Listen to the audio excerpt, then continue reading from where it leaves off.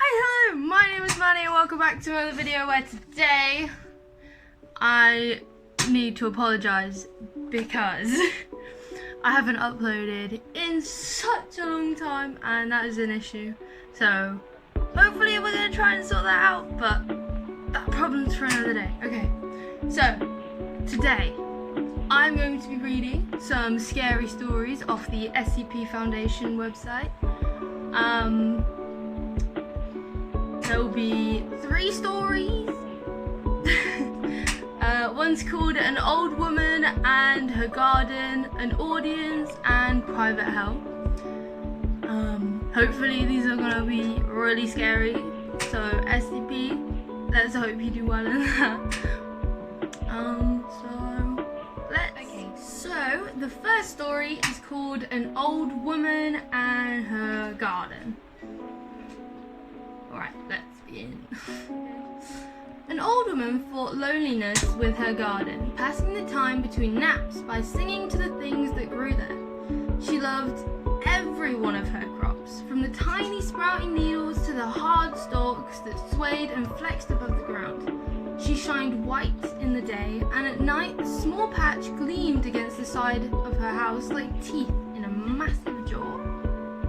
The old woman had lived by herself for many years. Her house would be small if she had a family, but because she was alone, it was the perfect size. She filled the house with things, figurines, National Geographic back issues, litter boxes for dozens of cats that came and went, until she was snug inside. She had lost her husband years ago.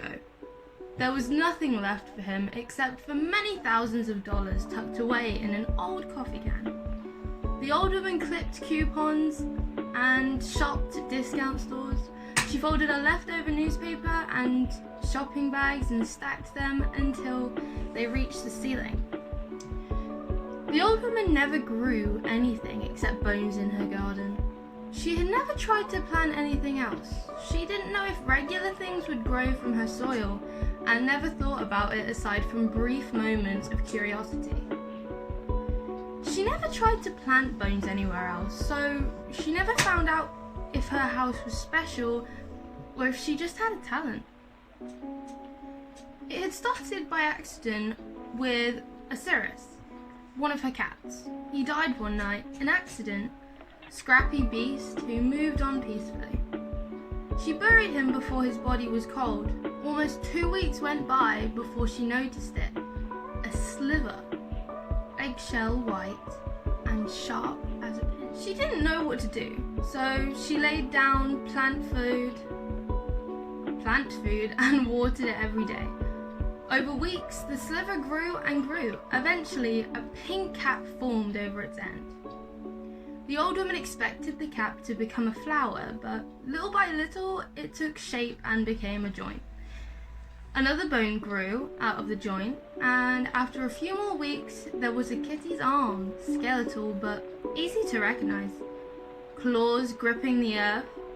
She cared for it, like all her beloved pets. Rough cords grew little by little from the base of its arm to the end of its fingers. She knelt beside it night and day, singing songs and petting it gently, so it would know it wasn't alone. During the months that it took for the arm to grow, the old woman tried planting bones of other kinds, chicken bones, bones picked from mice the other cats left at her doorstep, bones from birds she found rotting on the sidewalk, even the bones of a small deer she found at the side of the road. Some of them grew, but none of them as well as Osiris. Putting down blood flakes and hair, and eventually ground beef straight from the grocery store. She poured chicken broth and carrot juice and raw eggs into the soil. Still, most of the crops turned dull yellow, like rotten teeth. They became brittle and collapsed without taking root. Osiris got healthier and healthier. One day she saw the arm moving, straightening for a chunk of tuna she had left there. She rushed to dig him up. Osiris shook himself off. Clumps of dirt stuck to his mossy coat. He opened blank, white eyes, as dull as quartz. He yawned, and she saw a set of perfect granite teeth. It wasn't quite Osiris, she knew that, but it was close enough for her to take it in. The thing would lay beside her at night. It wasn't warm like Osiris used to be. It was damp and smelled musty, and it didn't purr, but the old woman knew that it was hers. It brought her presents, rats and raccoons, and occasionally dogs that it somehow dragged from the neighborhoods around her house. She never planted any of these because she was afraid that if they grew up, they'd remember what happened. As time went by, it became harder and harder for the old woman to take care of herself.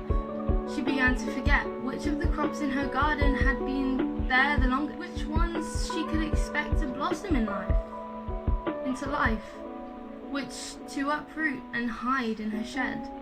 Eventually, she couldn't remember how many there were, and became confused at all the holes appearing in the dirt. It was after she actually saw one emerge on its own, a bat that she didn't remember planting, that she knew she needed help. An old woman should not have to finish life alone. She thought about it for a long time. It wouldn't be easy to get what she needed, but the old woman was alone and had little left but time. She considered sneaking into a hospital or a university, but she had never been one to break the law and didn't know how to begin going about it. So the old woman started her old rattling car and drove around, always late at night. It took a long time, countless miles along lonely roads, but she found what she was looking for eventually. It was very late at night when she saw the pickup truck, flipped over, lying, crumpled, at the bottom of a small ravine. The old woman stopped her car and made her way carefully down the wreck. Hope started to flood from deep inside her, filling her, making her warm. She'd found exactly what she needed. The young man hung upside down, trickling blood, face cast in a delicate sleep. He was beautiful. It was hard work on her hands and knees, hacking away at the seatbelt with her rusted garden shears. It took a while, but she got him down eventually, careful not to let him fall on top of her. Dragging him up the hill was even harder, and she was afraid that someone would see her and take her to jail. But the old woman did not give up, and eventually she got him into her passenger seat the rest of the way. Landed him in the patch of ground behind her house and waited. She mixed the soil with steak and tomato juice and bacon and sometimes beer, everything she could think of to make a man grow.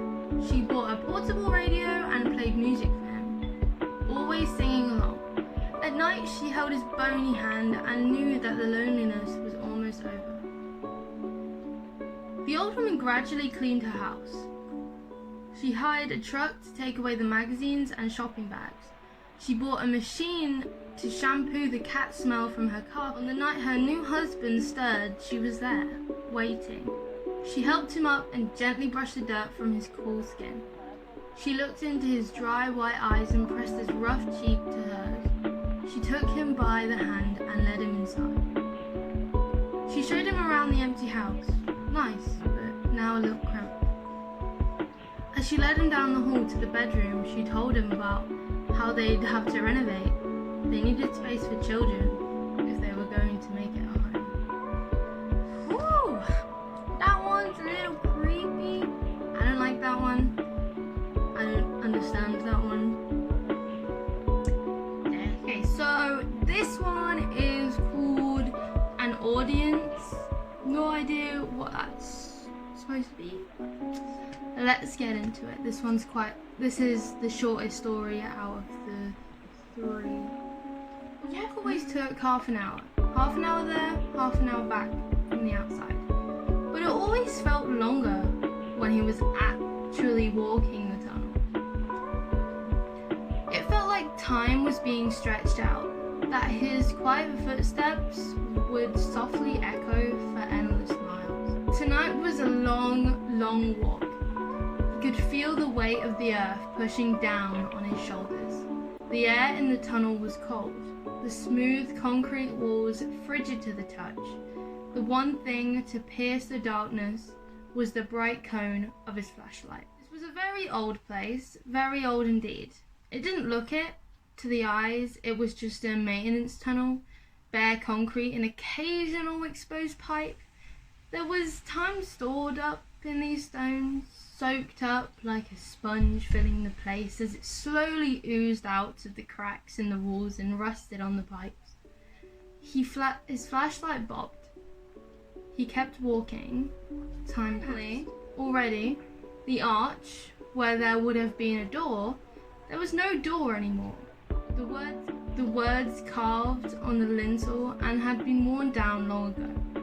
Words had little power here. He stepped through. He reached the hall that he only knew it from the breeze, and the feeling of the walls dropped away in the shadows. There was only darkness there. He kept walking. His footsteps did not echo. Shapes stirred on his peripheral vision. Ghostly lights flickered to life. A graveyard of broken and cracked computer monitors shed their sticky light.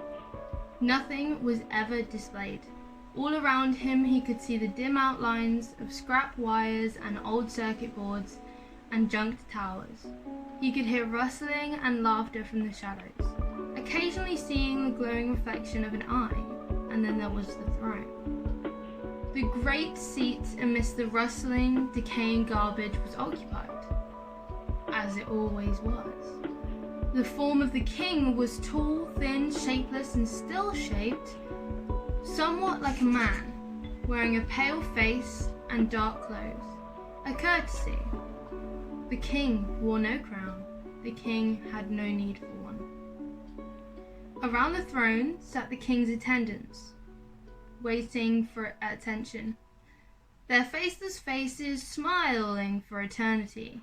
They turned to watch the man as he approached the throne, their empty eyes looking as one gaze. The man stopped.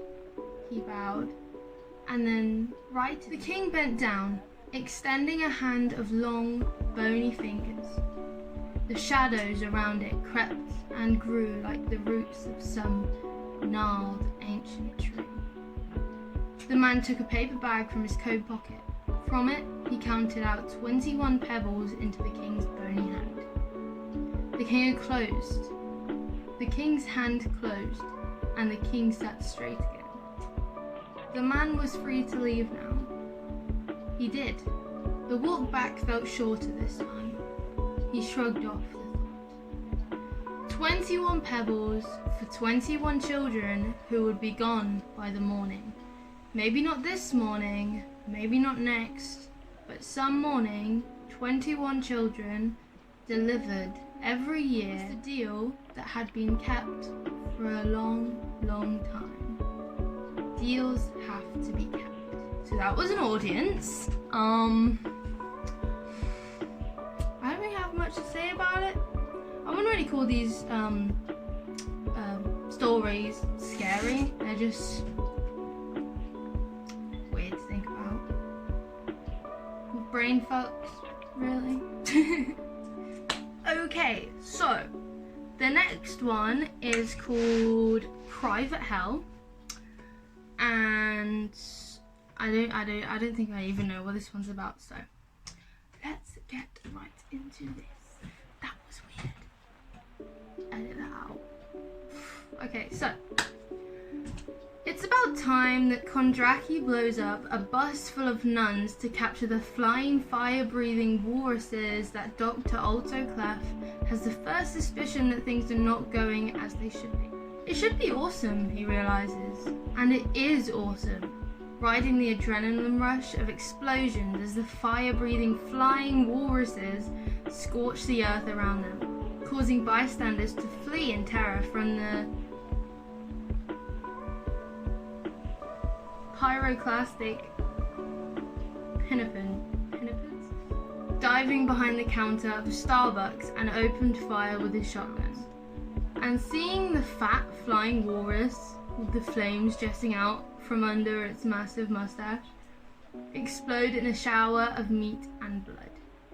And it definitely should be awesome when he and Kondraki first bump on top of the stack of bodies as the city of Des Moines burns around them both. But as he rode his black convertible back to Site 19 with a beautiful blonde woman giving him head from the front passenger seat, Dr. Alto Clef could not help but feel a small voice in the back of his head whispering something to him, like the Roman soldiers who would stand next to the conquering generals, telling them that they too were human. Pulling down the side of a building, with the office windows exploding outward all around him, a beautiful redhead at his side, and Dmitri providing covering fire from a hovering little bird helicopter, when Dr. Clef suddenly realized that he might not be the hero. It was the expression on the girl's face that did it. She was frightened, yes, of course she was, and she was exhilarated and aroused and ready to make love to him. Just like every single woman he had met in his past few years, why was that woman in this world wanted to share his bed? That was statistically improvable. There was no way that even the sexiest man in the world could shag every single beautiful woman he came across, and Clef was not sexy. What is this so about? Starting to regret not reading these before video. Anyway, after they had destroyed the skyscraper spontaneous combustor and he was leaning in for a kiss with the redhead, Clef paused with his lips bare millimeters from hers, then leaned back and gestured to the door. "You can leave if you want," he said. He wasn't surprised when the girl bolted. Something was wrong. "Yes, Clef? How many civilian casualties were there?" None. They evacuated the place before we went in." "They evacuated 10 city blocks in 30 seconds? "Of course, the cops are very efficient. 6 cops can't even knock on 10 blocks worth of doors in 30 seconds, much less evacuate everyone within. Well, maybe they just weren't around. Maybe we just got a lucky break." "Are we sure there were no civilian casualties?" "Of course there aren't any. Do you see any?" "No, I don't, but I just have this feeling that something's wrong." It was during the middle of his night's sword fight against SCP-076 that Clef realized what the problem was. Life was too exciting. There was no way that life could ever be this exciting, he realized. The life of an SCP Foundation agent could be interesting, but a firefight and a life or death struggle every day, not a single day passing during which he did not battle for the sake of the world, not a single day in which all he did was paperwork and file reports. He was a researcher who spent more time bashing in people's heads with a crowbar than he did doing any actual research. After he kicked Abel over the edge of the Grand Canyon, Dr. Clef took a moment to think back to the last day he could remember ever being born. Oh, that's what went wrong. And if that was... Yes, Clef? I'm thinking that maybe we shouldn't deploy against SCP-953 this time. Why? Because in the end, with all the collateral damage we'll deal bringing her in, it would be less destructive just to let her eat a litter or two. Are you saying that you're giving up? No, I'm just... Look, is this the only Foundation we secure, we contain, we protect? But if you're tired, I can send Kondraki instead. No, I'll do it. I just need a moment to think. Take all the time you need, Dr. Clef. You've done enough work. After all, the Foundation would fall apart without you. It's after he has thrown SCP-953 into the intake of the Boeing 747 that Clef finally allows himself to grieve. He grieves for the dead bystanders he will never see, for the pain and chaos he knows he is causing, but cannot perceive. He grieves for the foundation fallen from grace, and for his friends who know not what he is. For Dr. Otto Clef, trapped in a hell of his own creation, damned to be badass for the rest of his life. Okay, so I can't say these are scary stories, so I don't know what I'm gonna call this video. They're not really scary. I'm gonna say creepy. I'm gonna call this video 3 creepy things because they ain't scary, they just creepy. Let me know how you felt about these stories in the description down below. As always be yourself unless you can be a unicorn.